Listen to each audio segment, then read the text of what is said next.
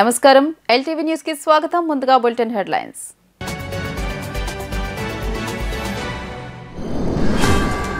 నగర వ్యాప్తంగా ఘనంగా క్రిస్మస్ వేడుకలు చర్చిలో ప్రత్యేక ప్రార్థనలు నిర్వహించిన క్రైస్తవులు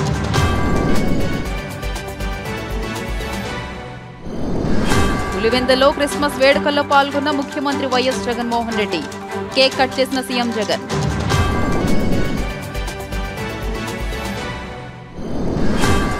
చంద్రబాబు ఆధ్వర్యంలో టీడీపీ తీర్థం పుచ్చుకున్న పలువురు వైసీపీ నేతలు జగన్కు తమ సినిమా అయిపోయిందని అర్థమైందని వ్యాఖ్య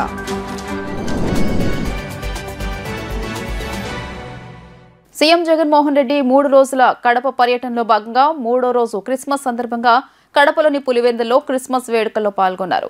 పులివెందులోని సిఎస్ఐ చర్చ్లో సీఎం జగన్తో పాటు వైఎస్ విజయమ్మ తదితరులు ప్రార్థనలో పాల్గొన్నారు. ప్రార్థనల అనంతరం CM Jagan YS Vijayamma cake cut చేశారు. క్రిస్మస్ ప్రార్థనలో పాల్గొన్న ముఖ్యమంత్రి వైఎస్ జగన్మోహన్ రెడ్డి రాష్ట్ర ప్రజలందరికీ క్రిస్మస్ పండుగ శుభాకాంక్షలు తెలియజేశారు. సాటి మనుషుల పట్ల ప్రేమ, నిస్సహాయుల పట్ల కరుణ, శత్రువుల పట్ల క్షమ వంటి క్రీస్తు సందేశాలు మనలను సన్మార్గంలో నడిపించాలని, రాష్ట్ర ప్రజలపై క్రీస్తు ఆశీస్సులు ఎల్లవేళలా ఉండాలని ఆకాంక్షిస్తూ శుభాకాంక్షలు తెలియజేశారు. ఆపై 2024 నూతన సంవత్సరం క్యాలెండర్ను సీఎం జగన్, వైఎస్ విజయమ్మ ఆవిష్కరించారు. రాష్ట్రాలని కాపాడాలనే ఆలోచన ఉన్నవారే టీడీపీలోకి వస్తున్నారని చంద్రబాబు తెలియజేశారు.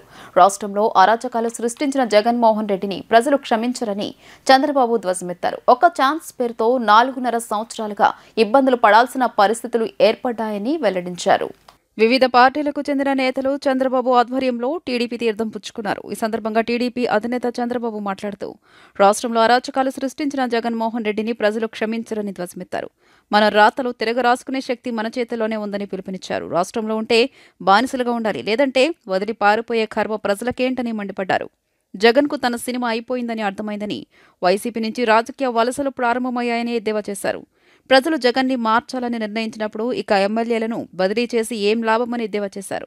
ఓటమి భయంతోనే తెలుగుదేశం ప్రకటించిన మహిళలకు ఉచిత బస్సు ప్రయాణం హామీని కాపీకొట్టి జగన్ అమలు చేస్తానంటున్నాడని విమర్శించారు. ఉచిత బస్సు ప్రయాణం ఇచ్చినంత మాత్రాన నిత్యావసరాలు, అధిక బిల్లులు, ధరలు రూపేణా దోచింది తిరిగి ఇస్తాడా అని నిలదీశారు. రాబోయే 3 నెలల్లో ఇంటికి పోయే జగన్ రాజధాని విశాఖకు మారుస్తాడా అని ప్రశ్నించారు.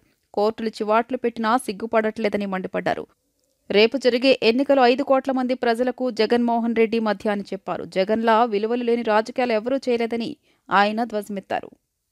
తణుకు నుంచి గుర్రు అప్పారావు, కడియాల సూర్యనారాయణ, వీళ్ళు కాకుండా ముఖ్యమైన నాయకులు చాలామంది, అమలాపురం నుంచి సత్యశ్రీ గారు, మాజీ ఎంపీ ఐతాపత్తుల బుచ్చిమహేశ్వరరావు గారు కుమార్తె, వారి హస్బెండ్ కూడా ఐఏఎస్ ఆఫీసరు, వారు కూడా ప్రజలకు సేవ చేయాలనే ఉద్దేశంతో ఈరోజు పార్టీలోకి వచ్చారు. వారికి, వారి అనుమాయులకు అందరికీ కూడా మనస్ఫూర్తిగా పార్టీలకు స్వాగతం పలుకుతున్నాను. ఇంకో పక్క గజపతి నగరం కొండపల్లి కొండలరావు, ఆయన కుమారుడు కొండపల్లి శ్రీనివాసరావు వైసీపీకి రాజీనామా చేసి తెలుగుదేశం పార్టీలోకి వచ్చారు. వాళ్ళ తండ్రి కూడా అక్కడ ఎంపీగా పనిచేశారు. కొన్ని కారణాల వల్ల పార్టీ నుంచి బయటపోయి మళ్ళీ పార్టీకి సేవ చేయాలనే ఉద్దేశంతో మాతృ సంస్థకు వచ్చారు. వారికి కూడా మనస్ఫూర్తిగా పార్టీ తరపున స్వాగతం పలుకుతున్నాను. మిమ్మల్ని అందరినీ మనస్ఫూర్తిగా అభినందిస్తున్నా. రాష్ట్రంలో ఇప్పటికే వలసలు ప్రారంభమయ్యాయి. ఎక్కడికక్కడ రాష్ట్రాన్ని కాపాడుకోవాలన్న ఆలోచన ఉండే ప్రతి ఒక్క వ్యక్తి జగన్మోహన్ రెడ్డి ఇంటికి పంపించడం తప్ప వేరే మార్గం లేదని చెప్పి కూడా నేను మీకు తెలియజేస్తున్నా. అతనికి అర్థమైపోయింది, సినిమా అయిపోయింది, ఇంకేం ఉండదు, అది అర్థమైపోయింది. కాబట్టి ఇప్పుడు అంటున్నాడు నేను 92 మంది ఎమ్మెల్యేలు మార్చేస్తాడంట. మళ్ళీ నేను వచ్చిన అక్వా రైతాంగాన్ని బాగుపరుస్తామనే వారికి చాలా ఇబ్బందులు ఉంటాయి. ఎందుకంటే ప్రపంచం మొత్తం మార్కెట్ ఎస్టాబ్లిష్ చేశాం. అమెరికా దగ్గర నుంచి అన్ని దేశాల్లో ఆంధ్రప్రదేశ్ చేపలు, రొయ్యలు తినేవాళ్ళు. ఇప్పుడు ఎప్పుడైతే జగన్మోహన్ రెడ్డి పుణ్యం కట్టుకున్నాడో వేరే దేశాలు అభివృద్ధి చేసి ఆ మార్కెట్ వాళ్ళు ఆక్యుపై చేసుకున్నారు. రేపు రాబోయే రోజుల్లో మార్కెట్ కూడా కష్టం ఉండే పరిస్థితి వస్తుంది. నేను ఒకే విషయం మీరు గుర్తుపెట్టుకోవాలి. ఒక వ్యక్తి ప్రభుత్వ విధానాల వల్ల మీ జీవితాల్లో వెలుగు తీసుకొచ్చే అవకాశం ఉంటుంది. ఒక వ్యక్తి ప్రభుత్వ విధానాల వల్ల వ్యవస్థల్ని సర్వనాశనం చేస్తే మీ జీవితాలు కూడా నాశనమైపోయే పరిస్థితి వస్తుంది. అదే ఈ 5 సంవత్సరాలు జరిగిందని చెప్పి కూడా నేను మీకు తెలియజేస్తున్నా. ఇది బిగినింగ్ మాత్రం. నేను సూపర్ 6 ఇస్తే ఈ ముఖ్యమంత్రి అంటున్నాడు నేను కూడా ఉచిత ప్రయాణ సౌకర్యం మా ఆడబిడ్డలకు ఏర్పాటు చేస్తానని. ఇప్పుడు ఆయన ఓడిపోతాడని సర్వేలు వచ్చేసాయి. ఆడబిడ్డలకు ప్రయాణ సౌకర్యం ఏర్పాటు చేస్తాను, బాగానే ఉంది. వాళ్ళ దగ్గర దోచుకున్న నిత్యావసర వస్తువుల ధరలు పెరుగుతాయి, ఎవడిస్తాడు ఆ డబ్బులు తిరిగి? కరెంటు ఛార్జీలు దోపిడీ చేశారు, ఎవరిస్తారు ఆ డబ్బులు తిరిగి? పన్నులు పెంచి విపరీతంగా చేశారు, ఎవరిస్తారు ఆ డబ్బులు?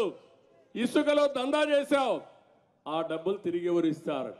మద్యాన్ని అమ్ముకొని వాళ్ళ జీవితాలు నాశనం చేశావు. ఇవన్నీ క్షమించరాని నేరాలని చెప్పి కూడా నేను మీకు తెలియజేస్తున్నా. అందుకే తొందరలో నేను ప్రజల దగ్గరికి వస్తా. రాబోయే 5 ఏళ్ళు ఏం చేయబోతాను నిర్దిష్టంగా చెప్తా. మీలో చైతన్యం తీసుకొస్తా. నేను చెప్పే ప్రతి మాట నిలబెట్టుకొని మీ రుణం తీర్చుకుంటానని మరొక్కసారి మీ అందరికీ తెలియజేస్తున్నా. చంద్రబాబు ఎంతమంది పీకేలను పెట్టుకున్నా సీఎం జగన్ పీకేదేం ఉండదని గుడివాడ ఎమ్మెల్యే కొడాలి నాని అన్నారు. చంద్రబాబు అవుట్డేటెడ్ పొలిటీషియన్ అని ప్రశాంతి కిషోర్ను కలిస్తే భూమి బద్దలైపోతుందా అని ఆయన ప్రశ్నించారు. ఈ సందర్భంగా మాజీ మంత్రి కొడాలి నాని మాట్లాడుతూ తమ పార్టీకి వ్యూహకర్తగా ఉన్నప్పుడు ప్రశాంత్ ఏం పీకుతాడన్న చంద్రబాబు ఇప్పుడు ఏం పీకడానికి భేటీ అయ్యాడో పసుపు తమ్ముళ్లకు చెప్పాలన్నారు. ప్రశాంత్ సూచనలతో బాబాయిని చంపి జగన్ కోడికత్తి డ్రామాలు ఆడారని ఎల్లో మీడియా గగ్గోలు పెట్టిందని, మరి చంద్రబాబు పీక కోయించుకోవడానికి లోకేష్ తండ్రిని చంపడానికి ప్లాన్ వేస్తున్నారా అని ప్రశ్నించారు. చంద్రబాబు తన 2 కళ్ల సిద్ధాంతాన్ని కొనసాగిస్తున్నాడని నాని పేర్కొన్నారు. చంద్రబాబు నాయుడు అవుట్డేటెడ్ పొలిటీషియన్ అని చెప్పి జగన్మోహన్ రెడ్డి గారు మేము అనేక సార్లు చెప్పాం. నిన్న చంద్రబాబు నాయుడు పీకేతో సమావేశం అయిందని చెప్పి భూమి బద్దలైపోద్ది, ప్రశాంత్ కిషోర్ చంద్రబాబు కలిశారు, 3 గంటలు రూమ్లో కూర్చున్నారు ఇద్దరు. మధ్యలో లోకేష్ లోపలికి బయటికి వెళ్ళి వస్తున్నాడని చెప్పి ఏబిఎన్ రాధాకృష్ణ, ఈటీవీ, మన TV5 బిఆర్ నాయుడు గారు వీళ్ళందరూ కూడా నిన్న సాయంత్రం నుంచి వెనక ముందుకి టీవీలు పగలగొట్టేశారు. ప్రశాంత్ కిషోర్ అనేవాడిని 2014లో మేము వాడేసాం. బుర్రలో గుజ్జంతా కూడా అయిపోయింది. చంద్రబాబు లాగా ఒట్టిపోయిన గీతలాగా ఆయన్ని తీసుకెళ్ళి మళ్ళీ ఇప్పుడు ప్రశాంత్ కిషోర్ని తీసుకెళ్ళి పెట్టుకుని వ్యూహకర్త అంటాడు. మేము వ్యూహకర్తగా పెట్టుకున్నప్పుడేమో ఆడేవాడు బీహార్ నుంచి వచ్చాడంటే తమ్ముళ్ళు మన ఏం పీకుతాడు, మనకన్నా గొప్ప వాళ్ళు ఎవడని ఈ ప్రపంచంలో ఉన్నారో తమ్ముళ్ళు అని చెప్పి ప్రశాంత్ కిషోర్ గురించి మాట్లాడాడు. ఇదే రాధాకృష్ణ, ఇదే రామోజీరావు, ఇదే బిఆర్ నాయుడు ఏం చెప్పారు? చంద్రబాబు నాయుడు బాబాయిని చంపటానికి ప్రశాంత్ కిషోర్ ప్లాన్ చేసి ప్రజలను రెచ్చగొట్టి గెలిచాడు, కోడికత్తితో జగన్మోహన్ రెడ్డి గారు పొడిపించుకున్నాడు, వీటన్నిటికి కూడా ప్రశాంత్ కిషోరే ఉన్నాడు అన్నాడు. ఇప్పుడు చంద్రబాబు నాయుడు పేక్కోంచుకుంటాడా లేకపోతే లోకేష్ తండ్రిని చంపుతాడా ప్రశాంత్ కిషోర్ ఆధ్వర్యంలో? ఇవన్నీ కూడా వాళ్ళకే తెలవాలి. అవుట్డేటెడ్ పొలిటీషియన్ అనమాట. అయిపోయినప్పుడు 2019లో వాడేసింది తీసుకొచ్చి ఇప్పుడు 2024లో వాడదాం అనుకుంటున్నాడు. ప్రశాంత్ కిషోర్కి ఐపాక్కి ఏం సంబంధం లేదు. ప్రశాంత్ కిషోర్ వెస్ట్ బెంగాల్ ఎలక్షన్ అయినాక నేను వ్యూహకర్తగా ఉండట్లేదు, నేను తప్పుకున్నాను, నేను ఒక రాజకీయ పార్టీ పెట్టానని చెప్పి బీహార్లో రాజకీయ పార్టీ పెట్టి పాదయాత్ర చేసి ఈరోజు ప్రశాంత్ కిషోర్ మమతా బెనర్జీ మాట్లాడమంటే చంద్రబాబుని ఇండియా కూటమిలో చేరమని చెప్పి అడగటానికి చర్చలు జరపడానికి వచ్చారు. చంద్రబాబు నాయుడు ఒక పక్కన పవన్ కళ్యాణ్ని పెట్టి ఒక పీకేని పెట్టి బీజేపీతో చర్చలు జరుపుతున్నాడు, ఇంకో పీకేని పెట్టి అటు ఇండియా కూటమి మమతా బెనర్జీ కాంగ్రెస్తో చర్చలు జరుపుతున్నాడు. చంద్రబాబు నాయుడికి 2 కళ్ల సిద్ధాంతం. ఎవడు అధికారంలోకి వస్తాడు చంద్రబాబుకి అర్థం కావట్లా. కేంద్రంలో బీజేపీ వస్తుందా కాంగ్రెస్ వస్తుందా ఎవడొస్తాడు అన్నది కన్ఫ్యూజన్లో ఉన్నాడు. కాబట్టి వీళ్ళు కాకపోతే వాళ్ళు కాకపోతే వీళ్ళు ఇతర పీకేలను పెట్టుకున్నాడు. ఒక పీకేనేమో బీజేపీతో మాట్లాడుతూ ఉంటాడు, ఇంకో పీకేనేమో కాంగ్రెస్ ఇండియా కూటమితో మాట్లాడుతూ ఉంటాడు. ఇవన్నీ కూడా ప్రజలు గమనిస్తున్నారు. చంద్రబాబు నాయుడు ఏ పీకేని పెట్టుకున్నా జగన్మోహన్ రెడ్డికి ఇంటికి కూడా పీకేది ఏమి ఉండదు. వినియోగదారుల హక్కుల పరిరక్షణే లక్ష్యంగా రాష్ట్ర ప్రభుత్వం పనిచేస్తుందని రాష్ట్ర వినియోగదారుల వ్యవహారాలు, ఆహార మరియు పౌర సరఫరాల శాఖ మంత్రి డాక్టర్ కారుమూరి వెంకట నాగేశ్వరరావు పేర్కొన్నారు. వినియోగదారులు కొన్న ప్రతి వస్తువు నాణ్యతను పరిశీలించాలని, మోసపూరిత ప్రకటనలకు ఆకర్షితులు కావద్దని, కొనుగోలు చేసిన ప్రతి వస్తువుకు పొందిన సేవలకు తప్పనిసరి బిల్లులు పొందాలని మంత్రి కారుమూరి వెంకట నాగేశ్వరరావు సూచించారు. జాతీయ వినియోగదారుల దినోత్సవం 2023 సందర్భంగా విజయవాడలోని తుమ్మలపల్లి కళాక్షేత్రంలో ఏర్పాటు చేసిన కార్యక్రమంలో మంత్రి కారుమూరి వెంకట నాగేశ్వరరావు పాల్గొని రాష్ట్ర ప్రభుత్వం వినియోగదారులకు కల్పిస్తున్న హక్కులు, రక్షణ గురించి, శాఖలు, సంఘాల ద్వారా అందిస్తున్న సేవల గురించి వివరించారు. ప్రతి ఏటా డిసెంబర్ 24న జాతీయ వినియోగదారుల దినోత్సవాన్ని పండుగలా జరుపుకోవడం ఆనందంగా ఉందని మంత్రి అన్నారు. సమాజంలో ప్రతి వ్యక్తి వినియోగదారుడేనని, నాణ్యమైన, సరైన పరిమాణంలో, సరసమైన ధరలకు వస్తువులు పొందే హక్కు వినియోగదారునికి ఉందన్నారు. వినియోగదారులు తమ హక్కులపై అవగాహన కలిగి ఉంటే నష్టపోకుండా ముందస్తుగా జాగ్రత్త పడవచ్చని తెలిపారు. ఈ సందర్భంగా వినియోగదారులకు తమ హక్కులు, బాధ్యతలు, చట్టాలపై అవగాహన కల్పించేందుకు విస్తృత స్థాయిలో ప్రచారం నిర్వహిస్తున్నామన్నారు. ఈరోజు జాతీయ వినియోగదారుల దినోత్సవం డిసెంబర్ 24న ప్రతి సంవత్సరం ఒక పండుగలాగా చేసుకుంటున్నాం. డిజిటల్ యుగంలో కూడా చాలా మోసాలు జరుగుతూ ఉన్నాయి. అట్లని ఈ షాపుల్లో కూడా కొన్ని జరుగుతున్నాయి. తెలియజేస్తున్నారు.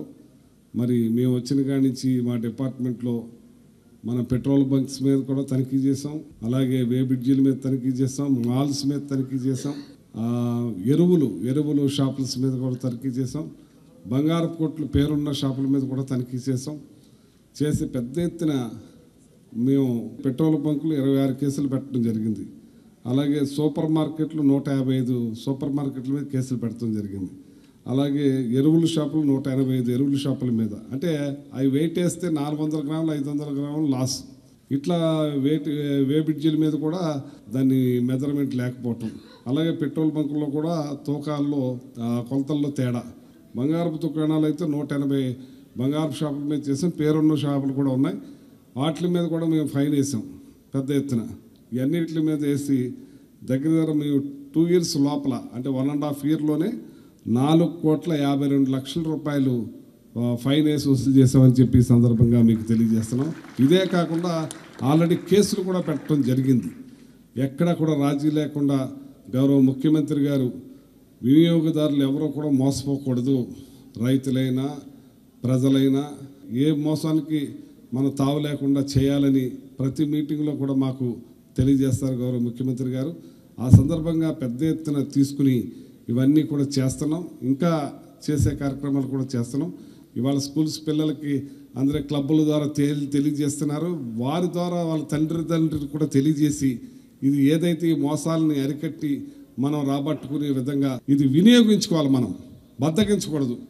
ఇంతకుముందు అయితే మీరు వెళ్ళాలి, విజయవాడలో కొన్నాం కాబట్టి అక్కడే కేసు వేయాలంటే చాలా ప్రయాసాలకు మార్చాలి, డబ్బు ఖర్చు పెట్టుకోవాలి, అక్కడ లాయర్ని ఎత్తుకోవాలి, అన్నీ చేయాలి. కానీ అది లేకుండా మీ ఇంటి నుంచే మీ ఆన్లైన్లో మీకు చేస్తే, మీరు అప్లై చేస్తే చాలు, ఉన్నదంతా కూడా వాళ్ళ బాధ్యత తీసుకుంటారు. కాబట్టి ఇది ప్రతి ఒక్కళ్ళు కూడా మౌత్ ప్రచారం చేసి దీన్ని పెద్ద ఎత్తున తీసుకెళ్లాలని. అలాగే ఈ మధ్యలో కొన్ని పార్టీలు వాళ్ళు కూడా ఈ మధ్యలో మొదలెట్టారు. వాళ్ళ పార్టీ తరఫున ఏదైనా చెప్పుకోవచ్చు, ఏదైనా చేసుకోవచ్చు. మీకు ఓటీపీ వస్తుంది, వచ్చేది 4.5 లక్షల రూపాయలు మీ అకౌంట్లోకి వచ్చేస్తాయని ఓటీపీ చోరీ చేసే బ్యాచ్ కూడా తయారైంది. దాని మీద కూడా మేము ఆల్రెడీ కేసులు మా మైక్ ద్వారా ప్రచారం అన్ని చేపిస్తున్నాం. వాళ్ళని చాలామందిని అరెస్ట్ కూడా చేశాం. ఈ రాష్ట్ర ప్రభుత్వం జగన్మోహన్ రెడ్డి గారు ఈ విషయంలో వినియోగదారులు ఖచ్చితంగా వాళ్ళందరూ మేలు జరగాలి, మంచి జరగాలి, డిపార్ట్మెంట్ని బలోపేతం చేసి గట్టిగా పనిచేసే విధంగా, అలాగే జిల్లా ప్రెసిడెంట్ కూడా చాలా చక్కగా ఇంట్రెస్టింగ్గా వచ్చారు వాళ్ళందరూ పనిచేయడానికి, ప్రజలకు మేలు చేయడానికి. వార్తలు ముగించే ముందు హెడ్లైన్స్ మరోసారి.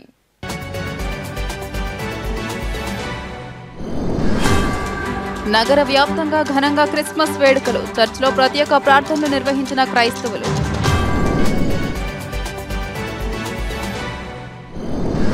పులివెందులో క్రిస్మస్ వేడుకల్లో పాల్గొన్న ముఖ్యమంత్రి YS Jaganmohan Reddy, cake cut చేసిన సీఎం జగన్.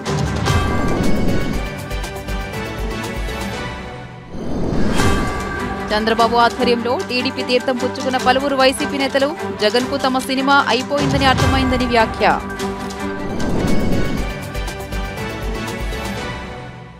ఈ వార్తలు ఇంతటితో సమాప్తం. నమస్కారం.